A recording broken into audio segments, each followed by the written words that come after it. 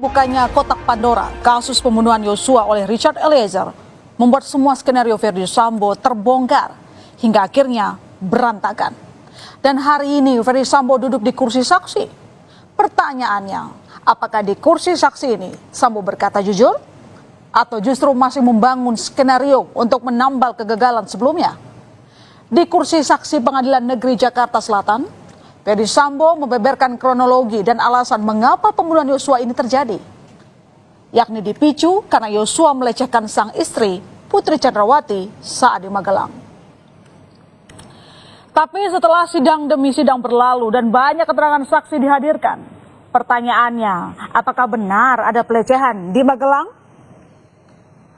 Kalau kita mengingat lagi saudara, tak ada saksi yang melihat peristiwa itu, baik Kuat, Ricky, Eliezer atau Susi. Selain itu dari keterangan Ricky Rizal, pasca keributan di Magelang, Putri masih sempat bertemu dengan Yosua dan berbincang di kamar. Dan yang membuat hakim menilai janggal terkait sikap atau reaksi Sambo usai mendapat laporan dari istrinya tentang peristiwa di Magelang. Pasalnya, meski merasa khawatir, Sambo nyatanya malah pergi untuk main bulu tangkis. Saya tidak pernah mendengar istri saya mengeluh atau bercerita sampai nangis itu. Dan saudara agak khawatir dengan khawatir. Tapi pada saat yang sama saudara main bulu tangkis bisa. Karena saya tidak berpikir akan sefatal ini kejadian. Bukan, maksud saya ini bertolak belakang. Saya hanya mempersiapkan dulu yang mulia, karena diberitahunya pas sidang kode etik itu, siang harinya. Karena memang malam itu memang biasanya rutin untuk kegiatan bulu tangkis. Oke. Hakim sepertinya mengendus ada narasi yang tengah dibangun Verdi Sambo jika pembunuhan Yosua dilakukan secara spontan. Saat itu Verdi Sambo menyatakan rencana awal akan mengonfirmasi Yosua usai pulang dari bulu tangkis. Namun tiba-tiba Sambo mampir lewat ke Duren 3. Hal ini dinilai hakim tidak masuk akal karena tidak sesuai dengan keterangan saksi Prayogi, Azhar Romer, dan petugas Patwal.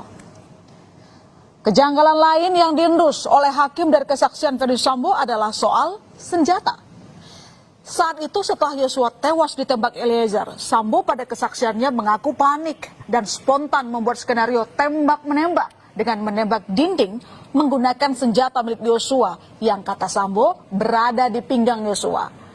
Tetapi hakim menilai keterangan ini janggal sebab senjata Yosua yang dipakai Verdi Sambo sudah disita sebelumnya oleh terdakwa Ricky Rizal. Melihat bahwa ini harus ada bekas tembakan dari Yosua. Kemudian saya mengambillah tangan Yosua. Kemudian menggenggam senjata milik Yosua dan menembakkan ke lemari sebelah atas. Senjata Joshua itu sudah diamankan, baik yang Steyr maupun yang HS. Ya, Tapi saudara mengatakan tadi, saya nembak pakai senjatanya itu kok. saya sampai hari konfirmasi yang mulia tidak pernah mendapat laporan dari ketiga terdakwa ini bahwa senjata Yosua sudah diamankan. Di sidang hari ini ada pengakuan menarik dari Verdi Sambo, saudara. Verdi Sambo merasa diuntungkan dengan rusaknya CCTV di Duren 3. Matinya CCTV ini membuat Sambo percaya diri untuk membuat skenario tembak-menembak karena tidak ada bukti. Maka saya yakin saja bahwa itu rusak karena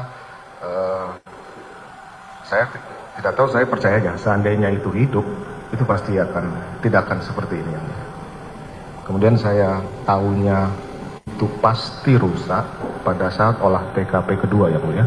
Pada saat olah TKP yang kedua. Beruntung itu rusak. Kalau itu tidak rusak pasti saya juga tidak akan berani membuat cerita seperti ini. Kalau tidak rusak, saya tidak akan berani seperti ini. Pada 10 Juli, 2 hari setelah terbunuhnya Yosua, terungkap jika Sambo memang memberikan hadiah bagi terdakwa Eliezer, Ricky Rizal, dan Kuat Maruf. Namun Sambo menyebutnya dengan bahasa yang lebih halus, yakni jaminan hidup bagi ketiganya. dalam rangka terima kasih karena sudah membantu skenario yang dibuatnya. Menyampaikan bahwa apa hasil keterangan yang sudah ada dipertahankan saja karena ini dalam rangka untuk menyelamatkan Richard yang mulia. Kemudian saya sampaikan bahwa terima kasih kamu sudah sesuai dengan apa yang saya harapkan. Saya akan merawat keluarga kamu.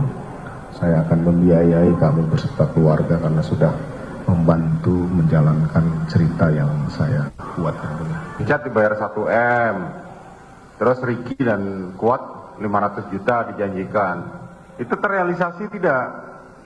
Sementara kan belum yang mulia.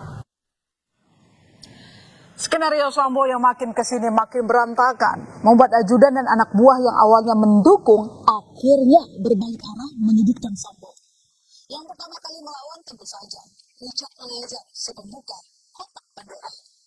Lalu satu persatu bekas anak buah Ferdy Sambo mulai mengungkapkan jeritan hatinya setelah mereka sadar telah terseret dan menjadi korban dalam skenario pembunuhan Brigadir Yosua. Karir di kepolisian hancur, bahkan hingga duduk di kursi terdakwa, membuat air mata anak buah Sambo tumpah di pengadilan.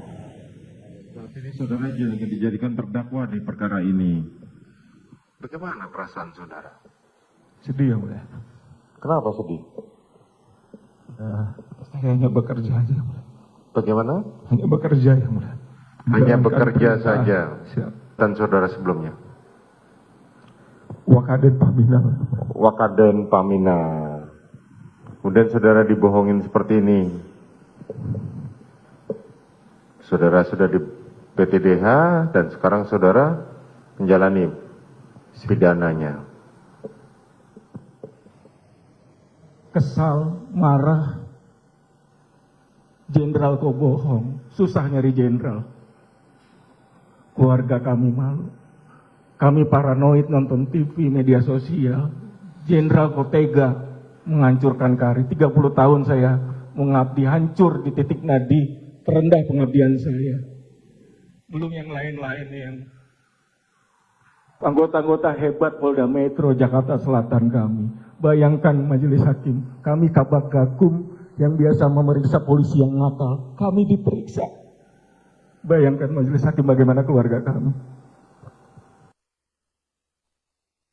Ada yang melawan, ada pula yang tetap setia berdiri di sisi Ferdy Sambo, yakni Ricky Rizal dan Kuat Maruf. Meski berulang kali diragukan dan diperingatkan oleh majelis hakim, Ricky dan Kuat tetap kekeh pada kesaksiannya yang tak jauh berbeda dengan kesaksian Ferdy Sambo. Ada pepatah yang tepat menggambarkan hancurnya skenario Sambo ini. Sepintar-pintarnya bangkai ditutupi, bau busuknya tetap tercium juga. Serapi-rapinya Ferdy Sambo berusaha menutupi kejahatannya. Pada akhirnya kebenaran yang akan membongkarnya.